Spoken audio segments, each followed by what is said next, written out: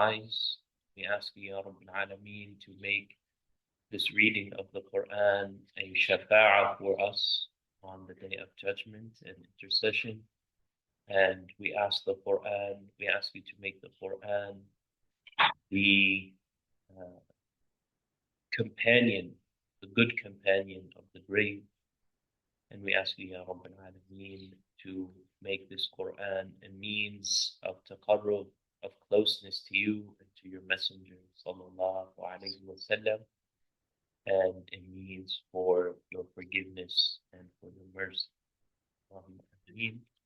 Alhamdulillah, we are blessed to be in this gathering of Quran, and alhamdulillah, we're honored to have Dr. Hibba with us as well. And we are coming upon the 41st, yeah, 41st. That sounds interesting. I don't think I've ever said that. The 41st verse of Surah Yasin, in which Allah subhanahu wa ta'ala, بعد أعوذ بالله من الشيطان الرجيم, says, وَآيَةٌ لَهُمْ أَنَّا حَمَلْنَا ذُرِّيَّتَهُمْ فِي الْفُلْكِ الْمَشْحُونِ وَخَلَقْنَا لَهُمْ مِنْ مِثْلِهِ مَا يَرْكَبُونَ وَإِنْ نَشَأْ نُغْرِقْهُمْ فَلَا صَرِيخَ لَهُمْ وَلَا هُمْ يُنْقَذُونَ إِلَّا رَحْمَةً مِنَّا وَمَتَاعًا إِلَى حِينٍ. صدق الله العظيم. Inshallah, we'll start with this. If we get past it, we get past it. This is where we will start. And perhaps, Dr. Hibba, if you would read the translation, initial translation of these 4 verses, and you can also open and see whatever you like. This is verse 41. 41 to 40.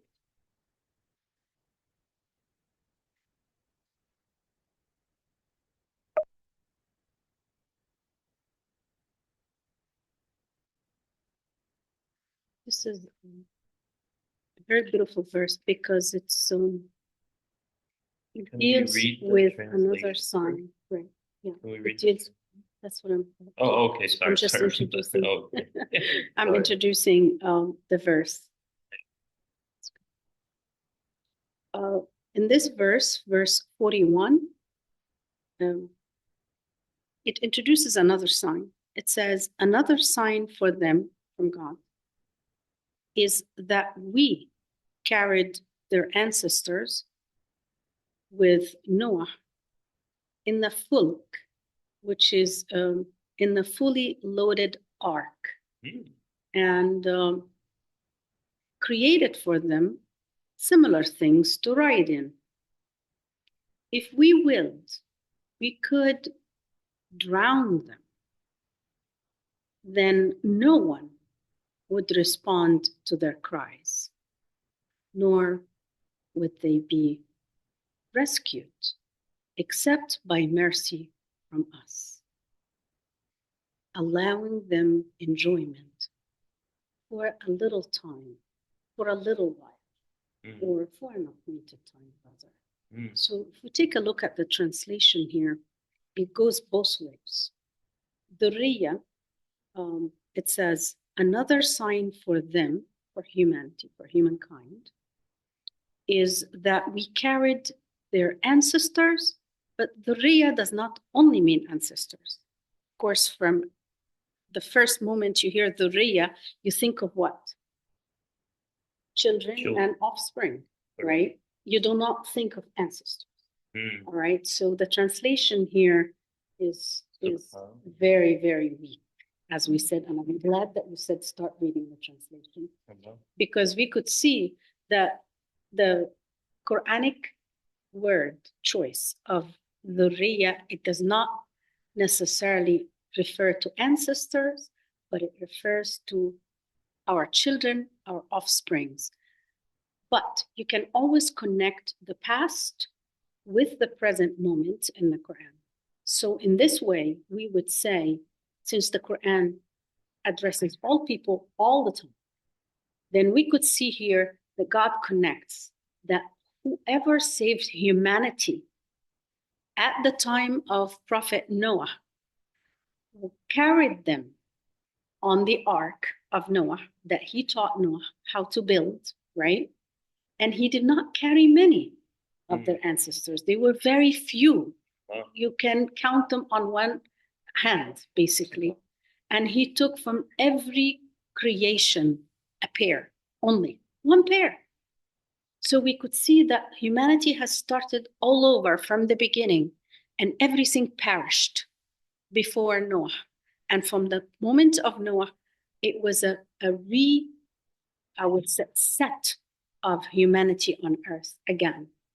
And from this point, God wants to, Allah Almighty wants to remind us that He can make us all perish in 1 second, as He did to the people of Noah, because they didn't matter. What mattered was the quality of the few people who believed in God with Noah and were rescued and saved. So He wants to remind us that as this happened to our ancestors, where they lost their offsprings, they lost their families, they lost entire generation of people, this could happen to all of us anytime. And it's a reminder of something that was historical fact that happened in the past that we can all attest to, whether we're Christians, Jews, or Muslims. Okay, everybody knows about the famous story of Noah and his ark. I want to also check the word choice of fulk. And fulk, if you know Flug, it actually means like an airplane in Germanic languages. So al-fulk here does not only refer to Noah's ark, but it refers to anything that we ride in. Meaning, look at the word fulk and vehicle, right? Any means of transportation, no matter how sophisticated, how sophisticated that can be, He wants to remind us that all the means of transportations that we use today and in the future are running by the mercy of God, because we, at any moment, and we see this every day on a daily, people die. They either drown, or airplanes, they crash, or car accidents, and rockets and space shuttles and space rockets, they also can get destroyed in a second, in a moment. So He wants to remind us that if we are carried from one point to another, it's out of God's mercy, because there is another verse in the Quran that says He gave us these means of transportation out of His mercy, so we would not just lose our heart and our energy trying to get from one single place to another, even if it's short. بشق الأنفس. And بشق الأنفس here, it means like splitting of the soul. Your soul would literally split to get from one place to another if you had to walk, or if you had to ride, an animal. It was hard. And we see that the word travel in Arabic is what? Safar. And safar in English is to suffer. It's suffering. And that's why in any travel, there is a form of suffering that we suffer, no matter how sophisticated the means of transportation is or might be. So I want you to realize this. And therefore, even if you're traveling, God gives you permission, even during the month of Ramadan, which is everybody is, it's prescribed on every Muslim to fast. He says, unless if you're fasting, if you're traveling, you don't have to fast. There's a permission that you don't have to fast. Why? Because safar is a suffer. You see the word suffer in Arabic means travel, and in English we mean it's suffering. Allah. So I want you to make all these connections and to see the context that's lost in our everyday language, that you can find its context in the Quran. So this is the beauty of this verse, that we have to be grateful that God carries us and carries our children and offsprings, as He carried the people who were believing people with Noah in the ark in the past. He wants to remind us that this is His mercy, out of His love, unconditional love to all humanity, to facilitate our transportation, to carry us. There is authentic hadith which the Prophet Muhammad sallallahu alayhi wasallam said, "As-safar, right? Qut'atun min al-adab." That traveling is a part of suffering, and so to see this like preserved in the English language, suffer, suffer. That's it is incredible, really, and it's confirmed. And vehicle is a good one too. Yes, absolutely. And fluke. That's falak. Also falak, yes, in the Quran. So it's not just English, but also German and any language that you know very well enough Semitic, that you can compare. It has its context in the Quran.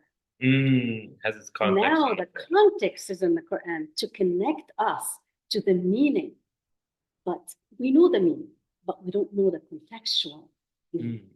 You see, the Quran provides the lost context in many languages, like the relationship between travel and suffer. And that's why even during Ramadan, a person who's traveling it's permissible for a person who's traveling to break their fast. To ease the suffering. It shows that Allah is the most merciful, the most compassionate, the unconditionally loving.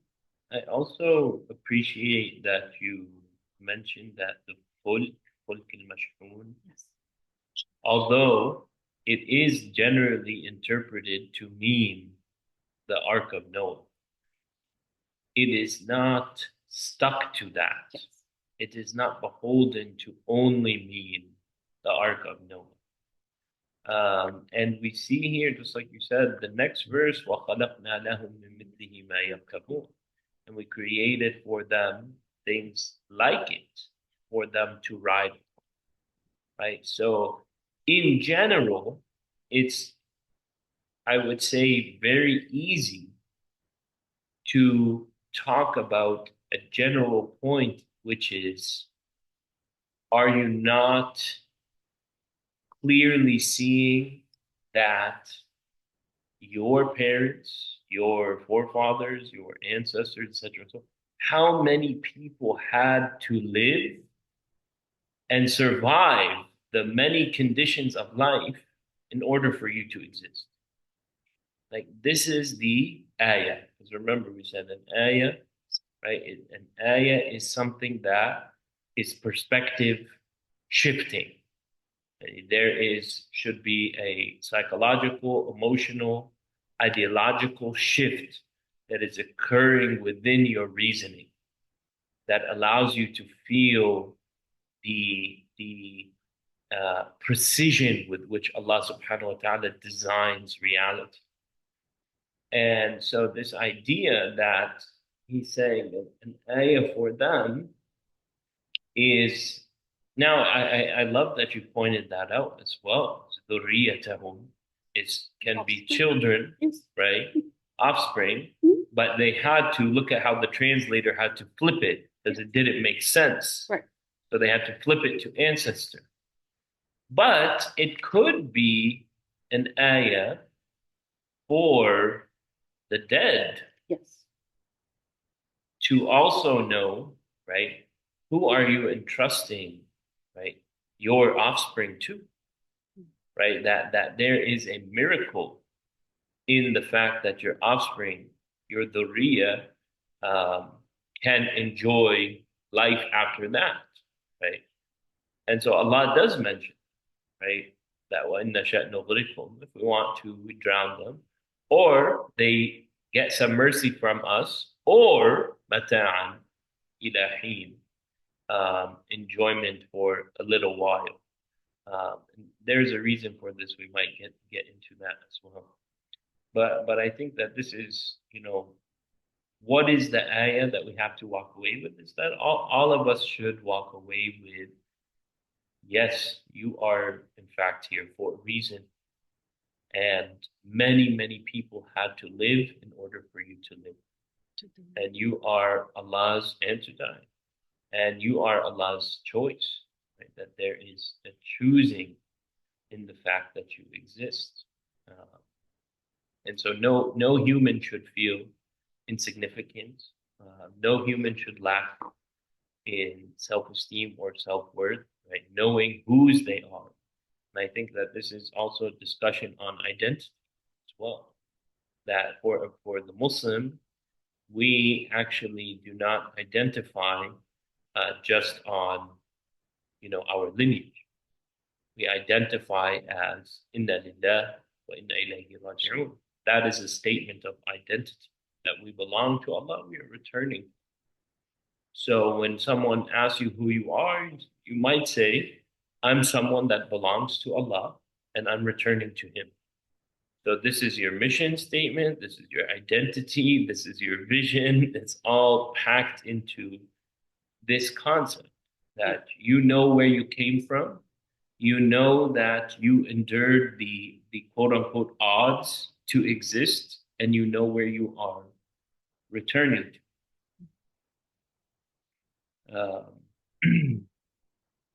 And I also think it is interesting when Allah mentions something and then he makes it more general. So he says, وَخَلَقْنَا لَهُم مِّن مِثْلِهِ مَا يَرْكَبُونَ. The ayah that you mentioned in Surah Al-Nahl, Allah subhanahu wa ta'ala also mentions riding animals, and he also says, وَخَلَقْنَا مَا لَا تَعْلَمُونَ, right? So, and he says, and he created things that we don't know. And so the Prophet Muhammad sallallahu alayhi wasallam prophesies many things. And of those prophecies, some of them are pretty crazy, like the akbal, like prophesizing satellite dishes and, right. and TVs. And the word choice, dish. Yeah. أطباق. Yeah. طبقا عن طبق. تركبون طبقا عن طبق. You will ride one dish after the other. I mean, it's just like, how did this could be possibly created by a human? Because what made us say in English that these are satellite dishes? How could that be known 1,500 years ago? There's no way. There's no way. So that's why I say the lost context, the contextual meaning of the words that we speak today, they exist, they find their context in the Quran. They find their... Yes, and that's the whole message. Yes. But it's very clear that the Quranic mind, we could say the prophetic as well, sallallahu alaihi wasallam, they were not against having a creative imagination.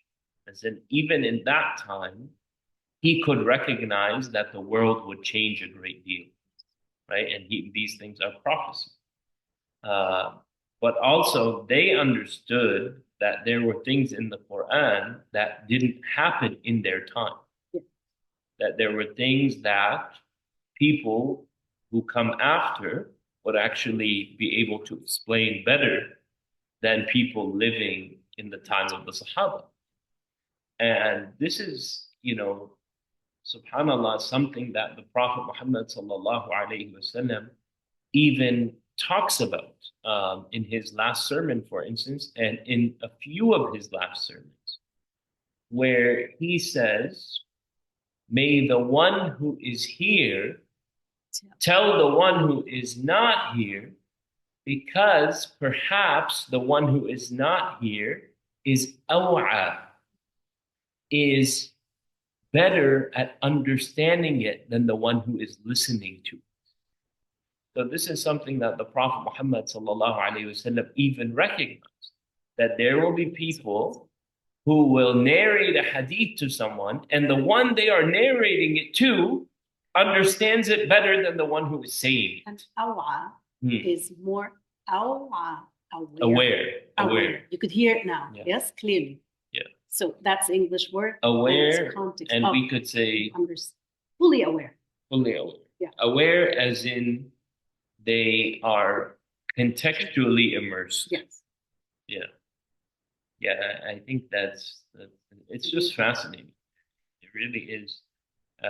And so Allah seems to open the door for kind of imaginative thought by saying, and I created things that you don't know, or saying I created similar things, as in it could be a ship, It could be a car. It could be an airplane, a cyber truck. It could be an airplane. airplane. Yeah, they didn't have airplanes. They didn't have it. And what would confirm this meaning is في الفلك المشحون. And mashhun means what? Charged. So there is a charge. How did they know that there are, charges in the universe? How would that been? That so was mashhun, not even revealed. Charged. Shahan is charge. Shahan is what we use colloquially as charge. But the mashhun here, how is it being used? I think they're using it as filled. Loaded. Right. But it's not just loaded, but it's. Oh, I see how that. So the shahan, because you're loading up the battery. Yeah. So that's why they use shahan for. Yeah, but shahan is you're loading it with what?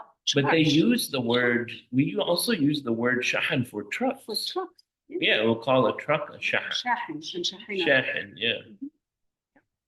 SubhanAllah. Yes. Yeah. Exactly. And rejuvenate also in terms of your recharging yourself. Yes. You see, that's also another meaning. Filling. Yeah. And like. Yeah. That's beautiful. Any thoughts? Yeah. No one would respond to their cries, nor would they be rescued except by the mercy of us. And it makes you think of ship being isolated, where they're in danger, no one here that no one would rescue them. Yes. Yeah. They're just helpless and isolated. It makes me think of like that to them, and who are we turning to now? Just we only have home. And usually when people are in a situation of where they feel desperate and they're feeling truly there is no door that's open for them. Any human, regardless of their religious affiliation, would turn to their God. People usually say, "Oh my God," even naturally, we would provoke the word God whenever we feel helpless, because sometimes when you need someone in the most desperate situation, there's no one. Yeah. Yes. Yeah. Absolutely. Yes. We can't reach them. We can't help them. It also shows the human limitation. Yeah. That we are limited, no matter how powerful we think we are. Sometimes you want to help the most beloved person to you. But you cannot. You feel like you're in a situation you can't help, and you don't know what to do, right? So this is the moment where God says, "No one will hear your cries. No one will rescue except me. So turn back to me," as we said. Yeah, it's almost like Allah saying, فَلَا صَرِيخَ لَهُمْ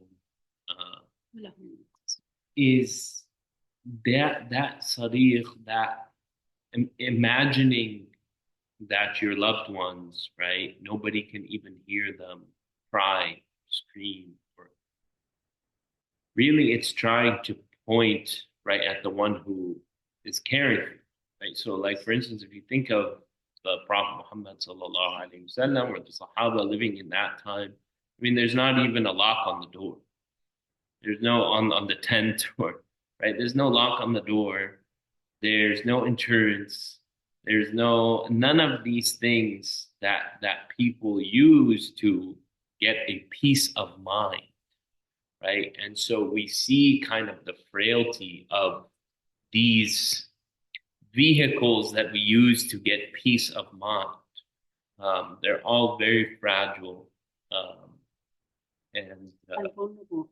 Vulnerable. Absolutely. Any moment, an airplane can drop. Yeah. Any moment, any vehicle, means of transportation can actually be your means of death, right? Yeah. So what keeps it to serve you is God's mercy. That's what he's emphasizing here in this verse. Yeah. And not only that, but that's why we say with the book, the dua for riding any vehicle, Subhanalladhi sakhara lana hadha. which is glory be to the one who made this means of transportation to serve us. وَمَا كُنَّا لَهُ مُقْرِنِينَ. And then we remind ourselves that وَإِنَّا إِلَىٰ رَبِّنَا what? راجعون, right? Which means we are going back to our Lord, just in case if that means of transportation, God forbid, is the means of someone's destruction or death. Yeah, he wants to remind us. Whoever carries the airplane in the skies, in this universe, in the atmosphere, that's charged, that's loaded with so many things, right? Is God. It's not really the air.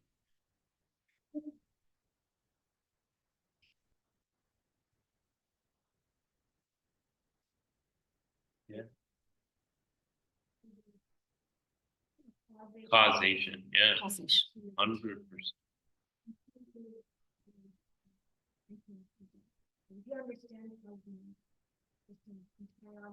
Yeah.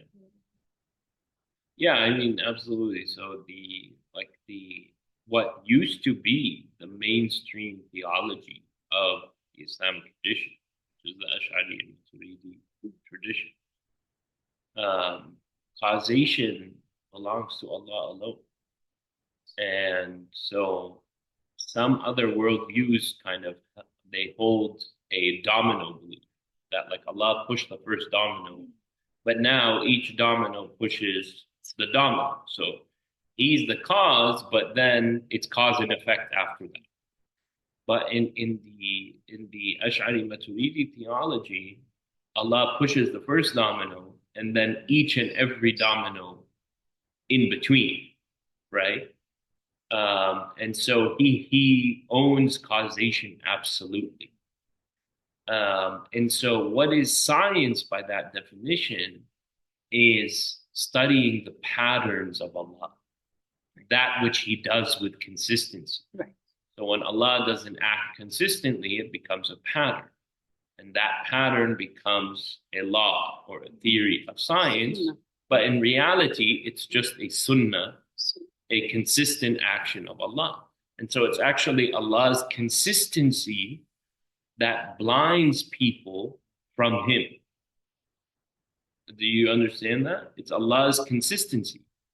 The fact that every time you go to do something and it happens, it makes you believe for a second that you caused that thing or that thing caused itself, and Allah is able to go unnoticed.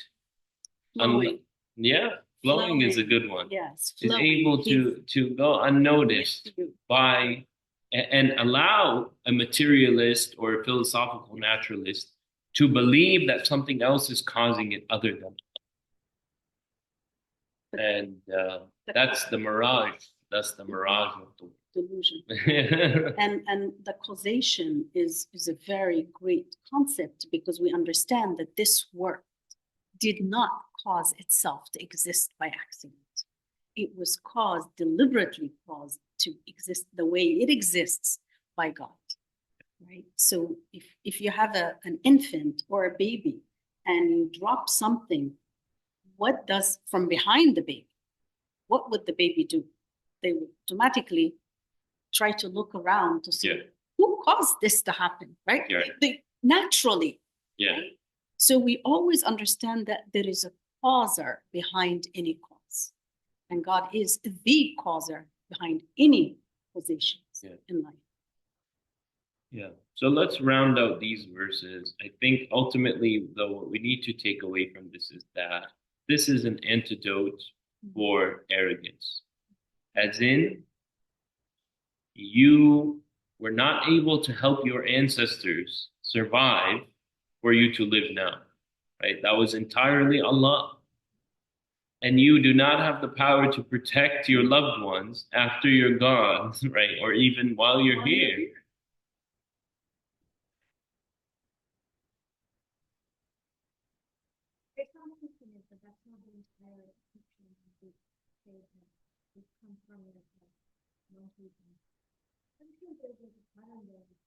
Oh, I mean, for sure. For sure.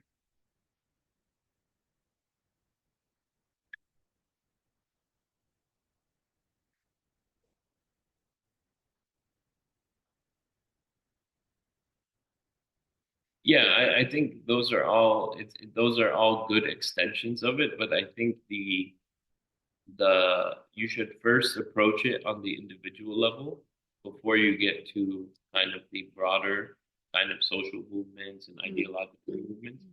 At the base level, though, it should be able to rid you of your arrogance, right? Any arrogance that you may have, it should be able to remove. You didn't do anything to live now. You didn't help your ancestors, like, hey, get on the boat. Get on the boat with Newark. Trust me, I need to live. Right? And you can't do anything after either. Um, and then,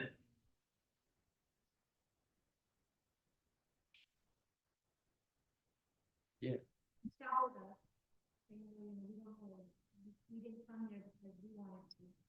yeah, yeah.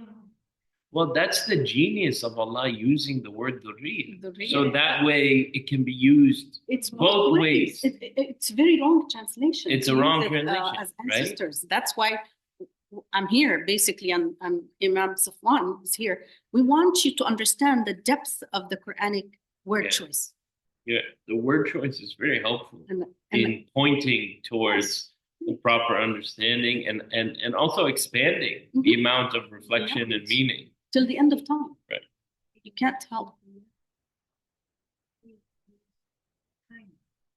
Mm. Yes, it is timeless till the end of time. No one can protect their loved ones. Yes.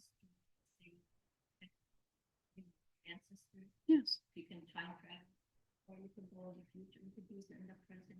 Yes. It's timeless. It's timeless. Yes. Now, is Dhurriya, is it from Darar? From Is Zarra. from Darra, right? Which And is the corn, the grain. No, the Zarra, which is the atom. The And atom. even now, I mean, now that's the smallest particle of life. So the atom Yes. is called the Darra Of in course, Arabic. in science. And the Sure. Darra in It's a scientific term. classically though is what, the seed? Is it a The seed? atom itself. But they had The- they had a the word. nuclear of the atom is Zarra. So The we're Zarra that saying has that nuclear. but the electrons Sahaba and didn't know what an protons. atom was, did they? Did they know what an atom? No. Not in this No. sense. No, not in this sense. So That's what did why they I'm use saying, the word Darra? exactly. Okay. So it's a scientific term again. That's what I'm saying. Just like when we talked about the Quran using scientific terms that we use today, rather than specific racial or gender related terms. The Quran does not actually. It transcends all these concepts that we are stuck with today, and we're trying to understand, and we're grappling. We're actually we're perplexed about these concepts, but the Quran makes it very clear.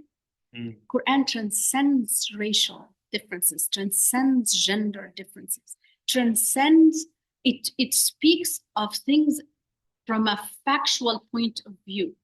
So if you take the Quranic word and try to understand the meaning and break it down to its components, you will be amazed how sophisticated and philosophical the term is.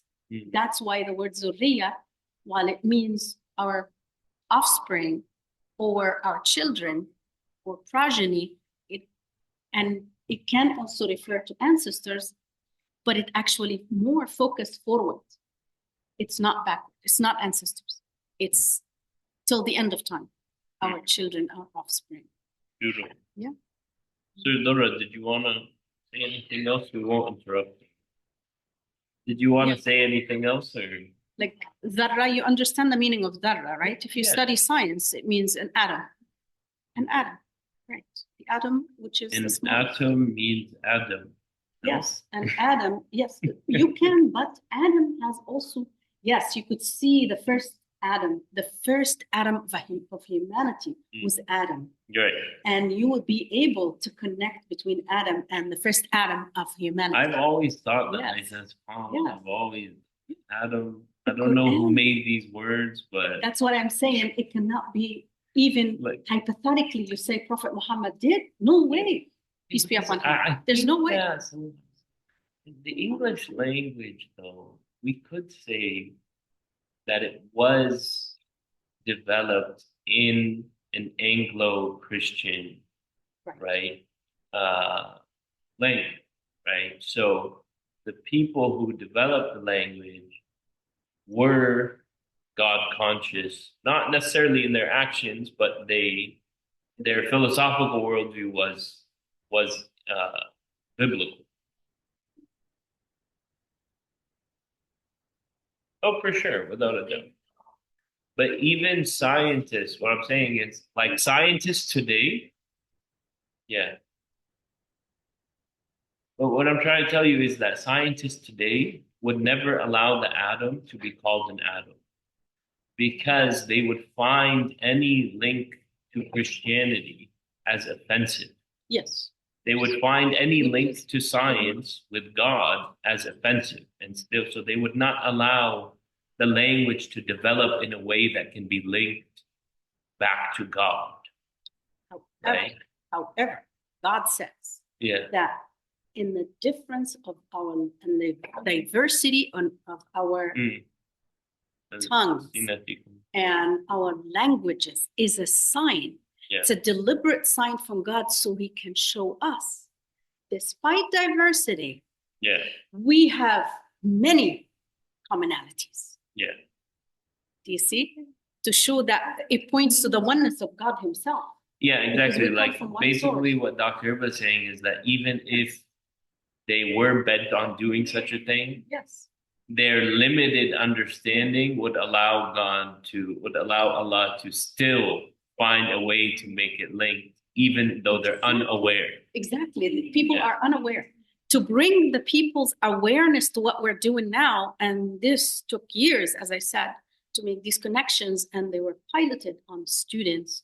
I mean, even doctoral students, very, very sophisticated students, and they were able to make even more connections. So that shows that this is natural way of understanding our linguistic connections that goes beyond and it transcends language specificity to language commonality.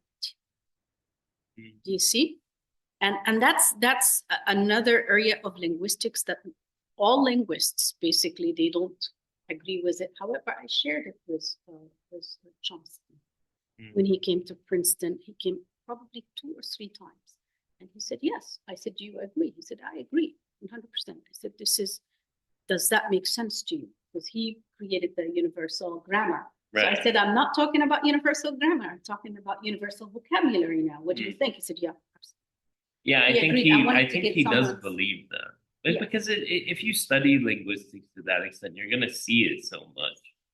You know, he was the head of the language department at MIT. And he actually is credited with reviving several Native American languages, indigenous languages. And what he would do is basically he would find these basically dying languages amongst indigenous people. And he would give one of them basically a PhD at MIT, and he would say, go and revive your language. Reconstruct it, revive it, etc. And they made movies about this. You know, so I was, because in my undergrad, I studied indigenous studies. I took at least 6 classes with Professor Amy Denoden. And we did a lot. We did a lot of like language, indigenous language. We did indigenous film. And there's so many kind of intersections between what's happening with Islam and the attempt, perhaps, to kind of assimilate Islam and Muslim people with what's happened with Americans. That's very interesting. I learned a lot from that, and I feel like mashallah, Dr. Hiba is in that space very well. I have attended so many. Yeah. Uh-huh. You're speaking about language, I make connections between the miracles that man. SubhanAllah. SubhanAllah. It's like it's been a while since I've been in school. Like even like draw out sine, cosine, and compare it to the waves in the ocean. And it's like, subhanAllah, it's like the universe comes together. You see the connections, everything makes sense, you know, even like speaking through math, you know. Absolutely. I would be amazed. Just try and like think about subhanAllah, how it's like a puzzle that fits together, everything just makes sense. Even math, speaking about science and English language and other, you know, languages, but also in math. Of course. To try and make connections. Especially math, Yeah. because the math is an Arabic science and Islamic science, and it's mentioned in the Quran, right? And you find, I'll give you very good examples here. You would find that even the terminologies of the mathematics are Arabic, right? Because Quranic, rather. I have to correct myself. Why? Because, for example, if you say to count or to add is adda, right? Adda is add. It's an Arabic Quranic word. يتعلمون عدد السنين والحساب. This is coming from the Quran. So you can add, so you can learn the number of years and mathematics. Okay, so that's mentioned in the Quran. Until today, the word add in English is a Quranic word, which is adda, with double D, as it is in Arabic. Now, the word minus, then what is minus? What do we say in Arabic? It's also mentioned in the Quran, غير منقوص, right? Manqus, what? Minus, Yeah. right? Manqus, minus. Yes. So we see from naqs, from to cut, to take, but even the word to cut, thank you, Imam Sultan. The word to cut is qata'a, which is cut. In English. And I had met with experts, you know, in linguistics, even coming from Germany. And it was a seminar, a summer seminar at Princeton University. And I took the whole seminar and I discussed with them. They still say, oh, attribute this to accidents. I said, qat and qata. It has the same meaning. It has the same semantic field. It has everything. But you find that, again, because of the lack of knowledge of the Arabic language and its contextual, semantic context in the Quran. And that's the missing context. The missing context, why is it happening? Because people are not aware of the Quran. And they don't read the Quran. And if they read the Quran, they don't read it in the original language and they don't make the connections. So there is a disconnect. That's why.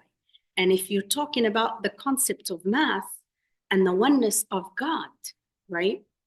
And if you take a look at all the math and all the numbers that we have the place value, right? Which is, we start from what?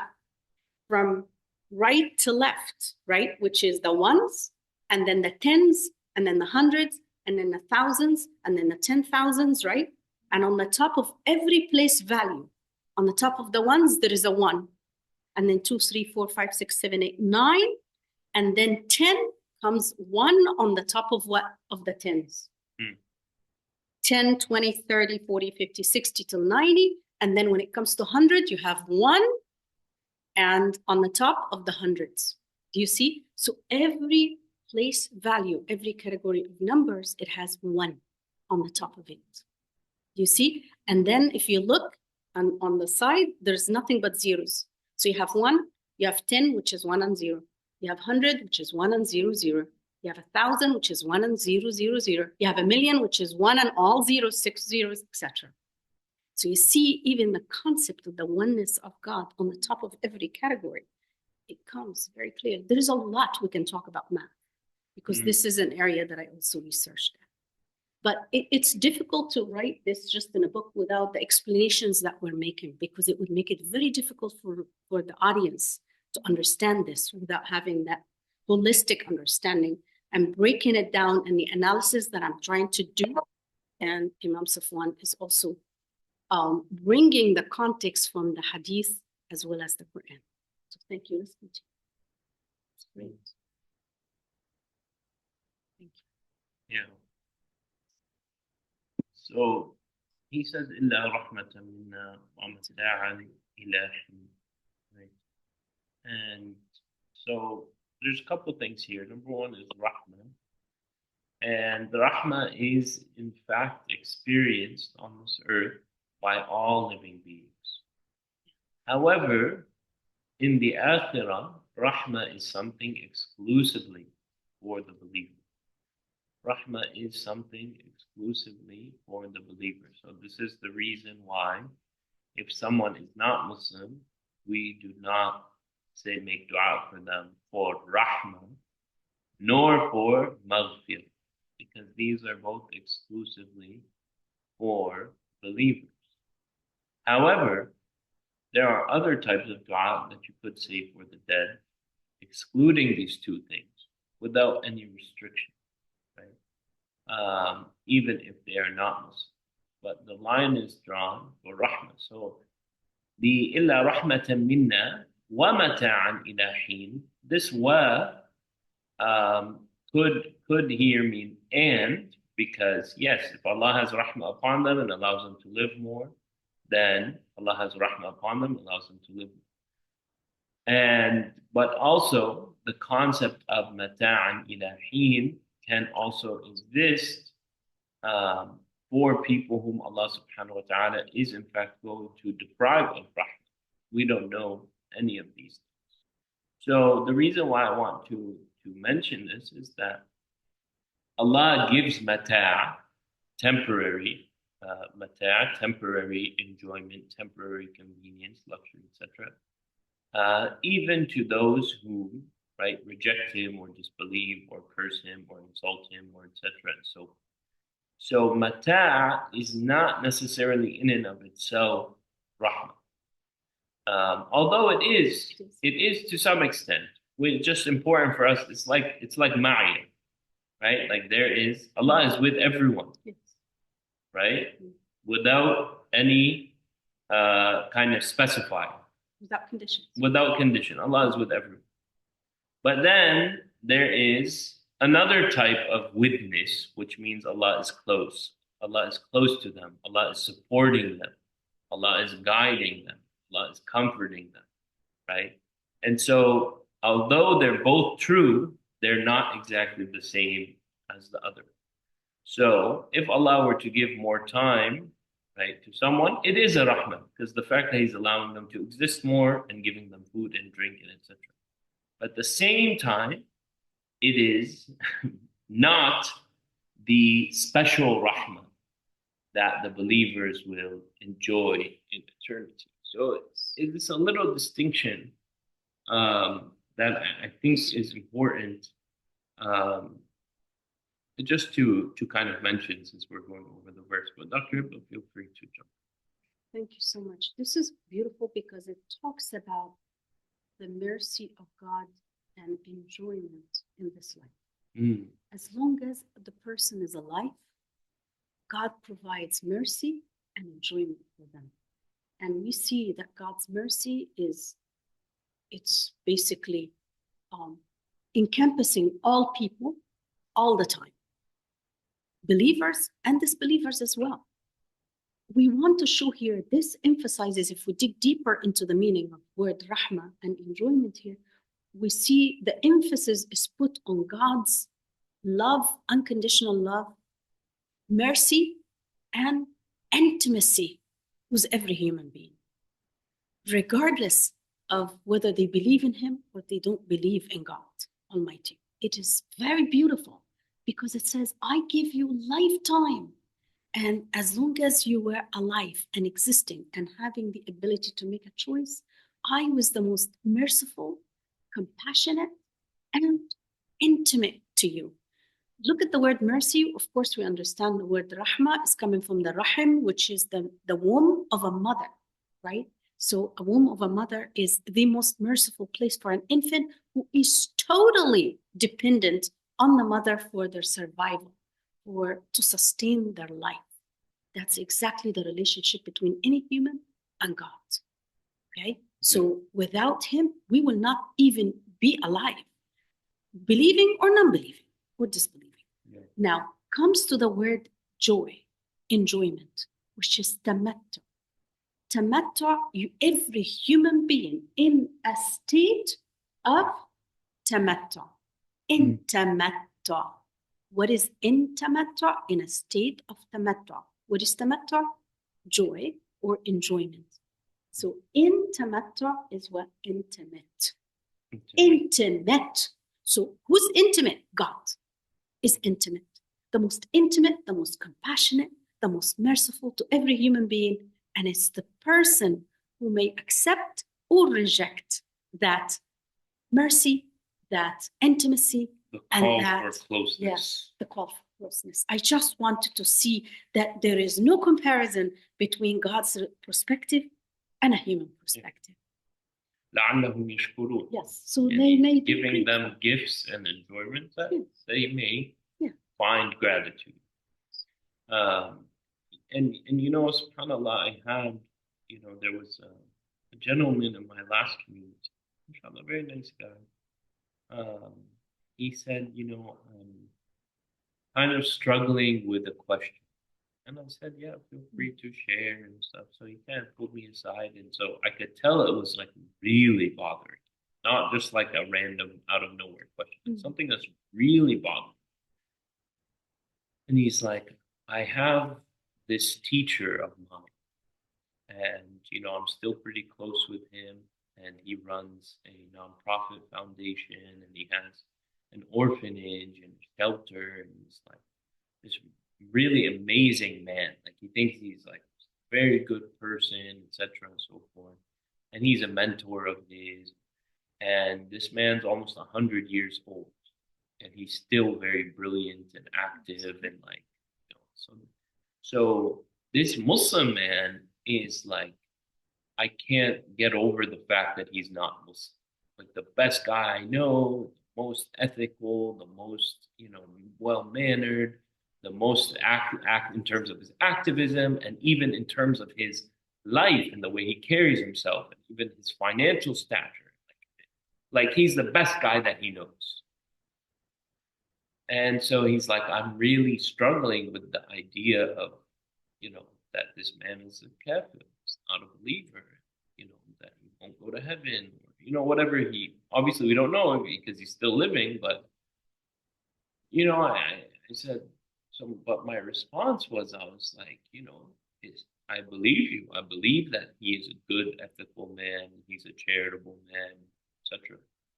But it's very clear that Allah has rewarded and blessed him and gifted him, right?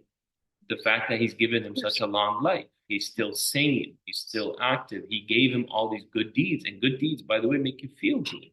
So he's able to be happy. It's like this man never asked Allah for Jannah. We don't know about anything, but we can still see that Allah is very just with him, just based on the goodness that he's been showing him for 100 years, right? So that was my response. And I said that even then we don't know. Perhaps Allah may in fact inspire his heart and he will become guided, even if it's on his death. But I said, look, but even if Allah doesn't, let's say Allah is not going to give him. Even if he didn't, Allah has still been just to him.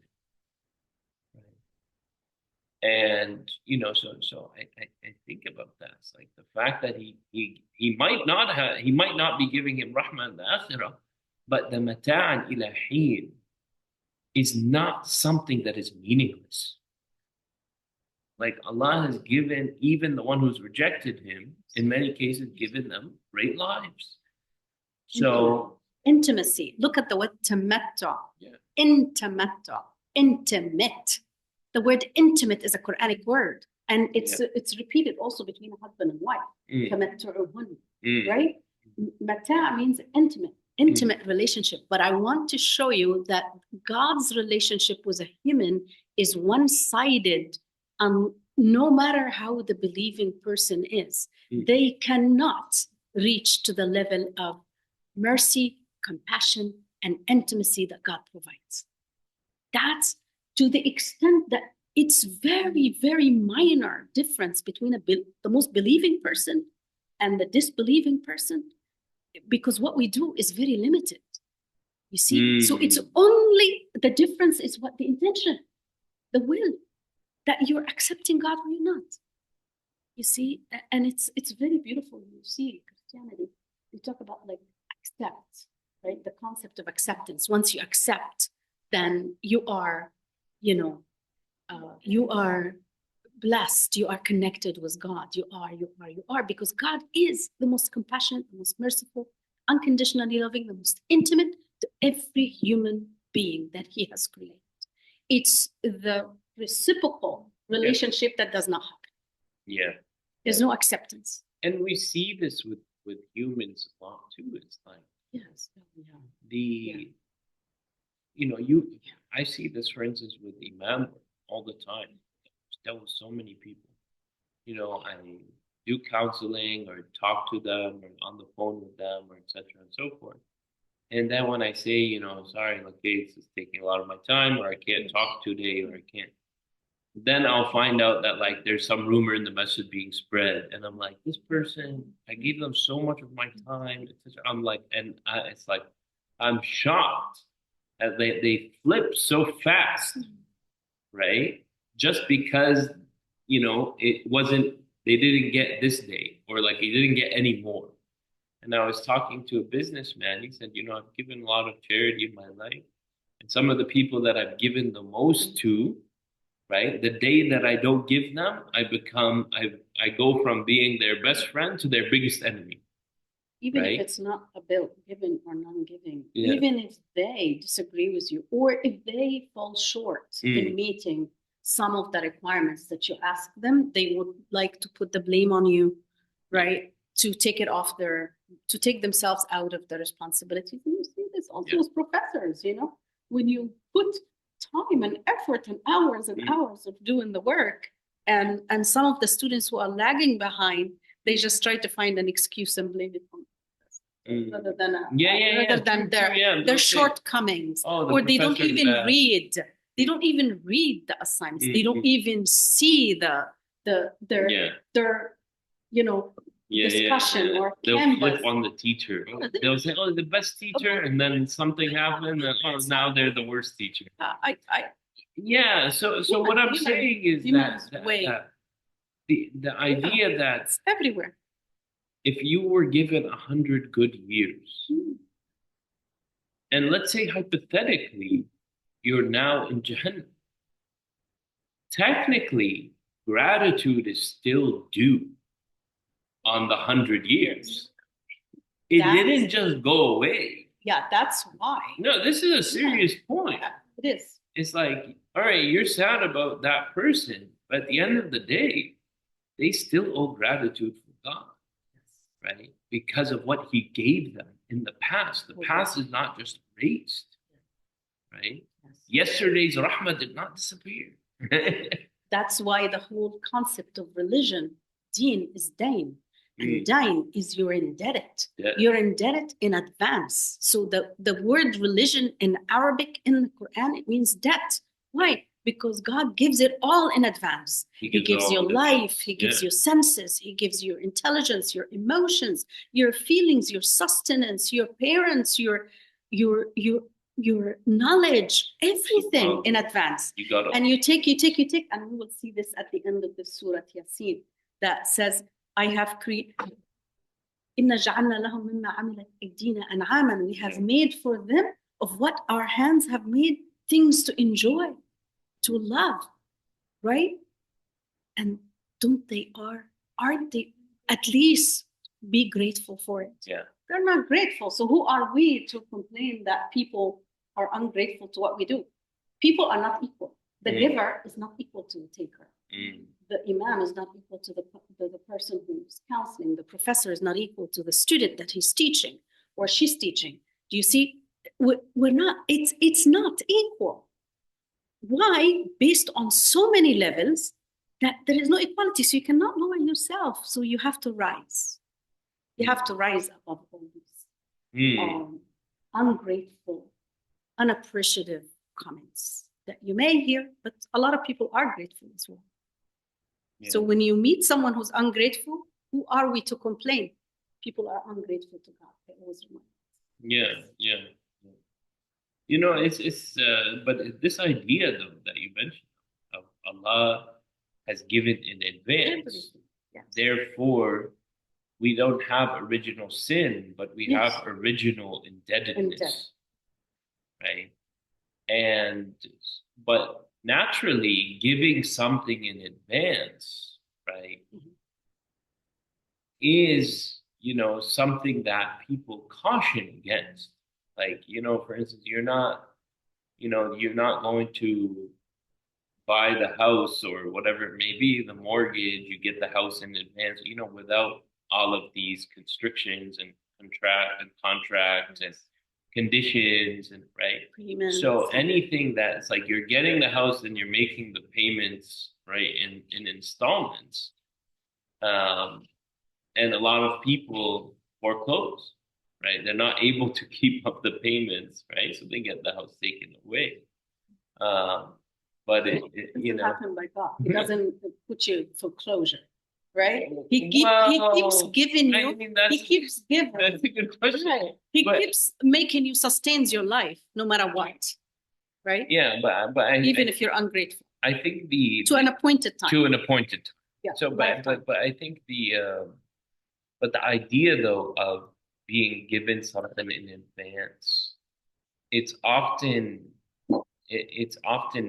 a tool for motivation to withhold, right? So for instance, if I tell my child, you can have that chocolate after you finish your dinner, right? So I have to withhold the chocolate because they're gonna eat it.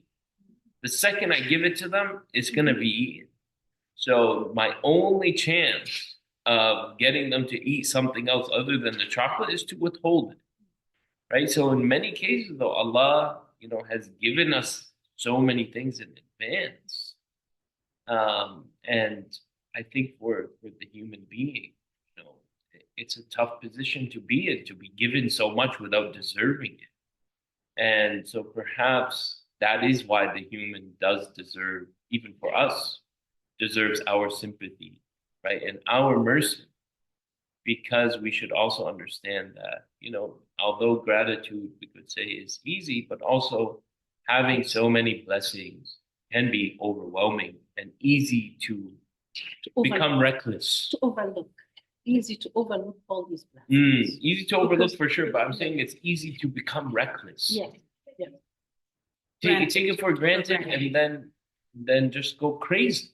It's like they say, the kid in the candy store. Mm-hmm. They try everything. They can't you can't help it. It's like in the case, right? So every human, in some senses, is the kid in the candy store in this dunya, because Allah is just showering all of these blessings in advance without them having to work. They call them trust fund babies, and these kids that are raised and they're already generationally wealthy. In many cases, many of them come out, I hate to say it, but they come out rotten because they didn't work for anything. They weren't taught how to handle these things. Yeah. So why do you think that God gives it all at the beginning out of his unconditional love to us? No, he knows that we will not be grateful, because the first moment he gave Adam the freedom or the free will, he went against God's will, not because he did not know that God exists. Adam talked to God, he saw God, right? So he has certainty in terms of his belief, but he wanted more. He wanted more. Do you see? So, and that's the human nature. The human nature. Yes, we want more. Yeah. And he literally says that most of you will not be able to find that state of gratitude, that consistent, the consistent flow. Like when he says, وَقَلِيلٌ مِّنْ عِبَادِهِ الشَّكُورُ.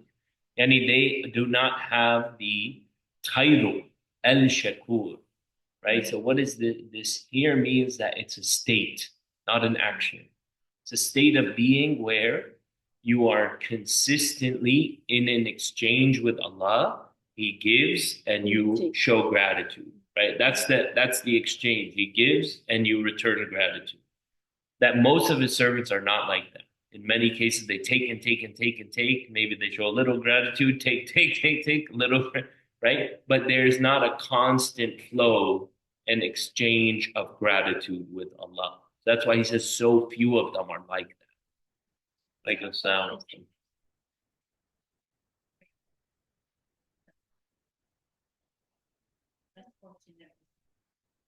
You don't realize how grateful you are. Not when you see somebody who's less fortunate.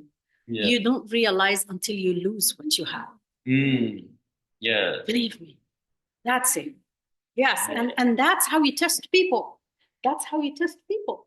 When you actually give your best, you give all. You give your all. And then if they are not reciprocal, then you say, that's not, that's not a balanced relationship. Yeah. Our relationship with God is never going to be balanced. There is no comparison between the creator and the created. But if he were to continue to give something, even though he sees that it's hurting the person, that's not something he does for everyone. Yes. That's something he does for someone who he loves, right? And that's an important kind of point to clearly feel. It's like you did not lose the blessing because God doesn't like you, or even because you abused it. In fact, it may be a calling to raise the level, right? Raise the level of the person. And I think that's where a lot of people get lost in the world of abundance that we live in, that they just really lash out emotionally against Allah when He takes away something. And I think for many people, that's where, if you speak to any atheist or any agnostic, mostly atheists, there's a type of atheism. It's called mesotheism, which is not just I don't believe in God. It is a hatred for Allah. And so then they'll usually say something like, I lost my daughter to cancer, or, my mother, or, their some type of personal tragedy, right? Yeah. Precisely. It's a type of theism, not atheism. Right? But really, it is what most atheists, right, they do espouse some type of hatred for what they call a hypothetical God. Like, if there was a God, would he allow this thing or do this? Why would this thing happen to me? So, so they make logical arguments, but in reality, their heart has been shattered emotionally. But the logical arguments are trying to cover up some type of fake emotional break. And this is exactly what Allah says. He says, and when our verses are related to them, they say, these are just the fables of the ancients. These are the old stories. A story. Yeah. A story. Yeah. Right? Story. Story, yeah. Right. Oh, that's so, yeah. I was wondering that actually. Yeah, that's stories. The word stories is a Quranic word. Right. Story. Fable, a story. And history too. So there's so much we can talk about. Let me just finish this thought. So he says they say these are, ancient fables, or in the ancient stories. As in they're trying to make like a logical argument, like they're inauthentic. There's no sanad, there's nothing real about this. But Allah says, كَلَّا بَلْ رَانَ عَلَى قُلُوبِهِمْ مَا كَانُوا يَكْسِبُونَ. He said, rather, right, their hearts earn this thing. That this is, they're saying something, they're trying to make a logical argument, but in reality, it's this is what their heart has earned, and so these are the types of logical arguments they give. Or even Rana, this is what has ran over their hearts, and it actually killed it and made it dead. That's not able to recognize or contain God. I love that. Yeah, that's exactly it. Rana is the same word, Rana, run. Yeah.